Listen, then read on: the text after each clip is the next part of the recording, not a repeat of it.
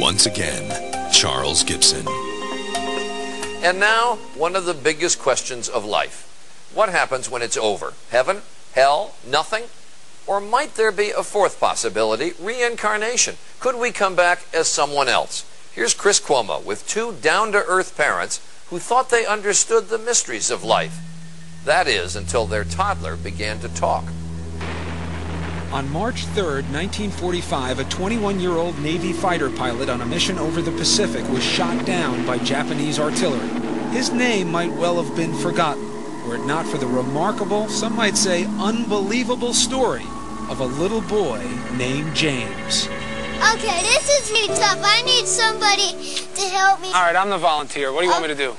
Okay, I'm just going to climb this thing, and you have to hold me in case I fall. Done. James Leiniger is all boy, 6 years old, and full of spirit. This is a special plane. It goes in reverse. You don't see a lot of that. James knows a lot about planes, especially war planes.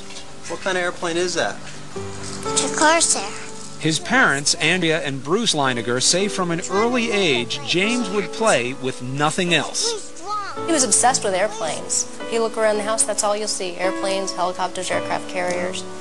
But then, when he was 2, the planes James loved suddenly began to give him frequent and frightening nightmares. I'd wake him up and he'd be screaming, and he'd always be laying on his back, kicking his feet up at the ceiling. And I'd say, "Baby, what were you dreaming about?" And he'd say, "Airplane crash on fire, little man can't get out."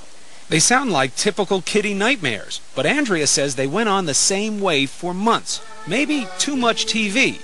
But James was just 2, and his parents say only watching Barney and Teletubbies. Teletubbies! And Andrea and Bruce say they weren't watching World War II documentaries or conversing about military history. This is an F-18? No, that one. So what explains the nightmares and James's strange obsession with airplanes? I talked to my mom about it a lot of times. My mom had said maybe he's remembering a past life. What did you say? Politely, baloney. Andrea and Bruce of Lafayette, Louisiana are a highly educated, modern couple. To them, the possibility that their little son James was manifesting signs of a former life was, well, a little out there. You know, having a past life is not the initial conclusion that you come to. You try and figure out any other way he could have. Did he see anything? Has there been anything on television, anything that we've discussed? But as time went by, Andrea didn't know what to believe.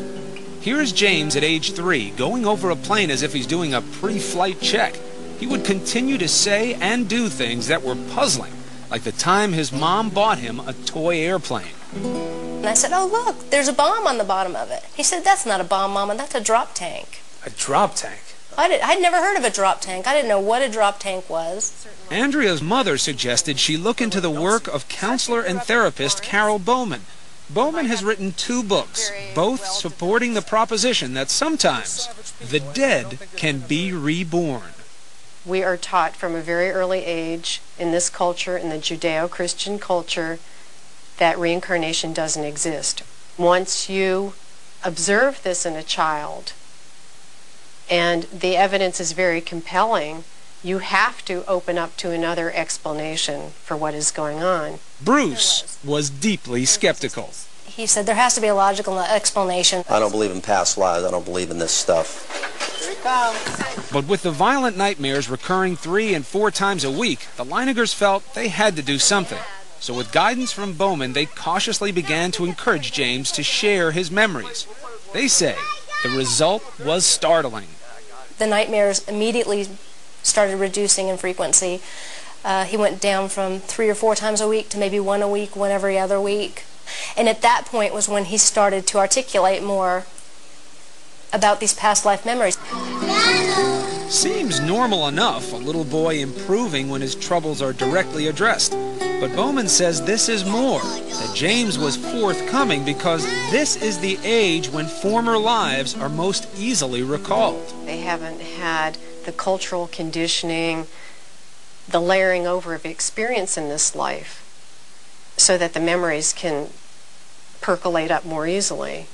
These memories tend to fade between the ages of 5 to 7. His parents say between the ages of 2 and 4, James would reveal extraordinary details about the life of a former fighter pilot, mostly at bedtime, when he was drowsy.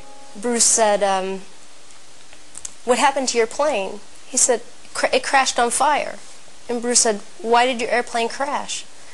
And he said, "It got shot." And Bruce said, "Well, who shot your plane?" And I'll never forget the look on his face. He went, "Oh, the Japanese!" Still, despite these extraordinary stories, Bruce remained dubious. Almost to prove they couldn't be true, he began to piece together the details James was sharing. And what he found, he says, shook him to the core. For in many instances, the stories appeared to match the facts.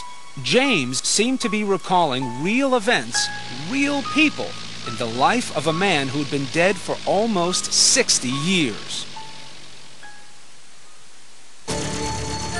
Coming up, a toddler, just 3 years old. So how does he know the pilots from a World War II squadron? It was like, holy mackerel. You could have poured my brains out of my ears. I just couldn't believe it.